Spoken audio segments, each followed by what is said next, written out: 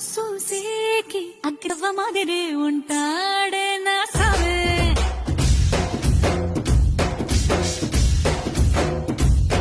మెత్తాని పత్తి పువ్వుల మరి సంటో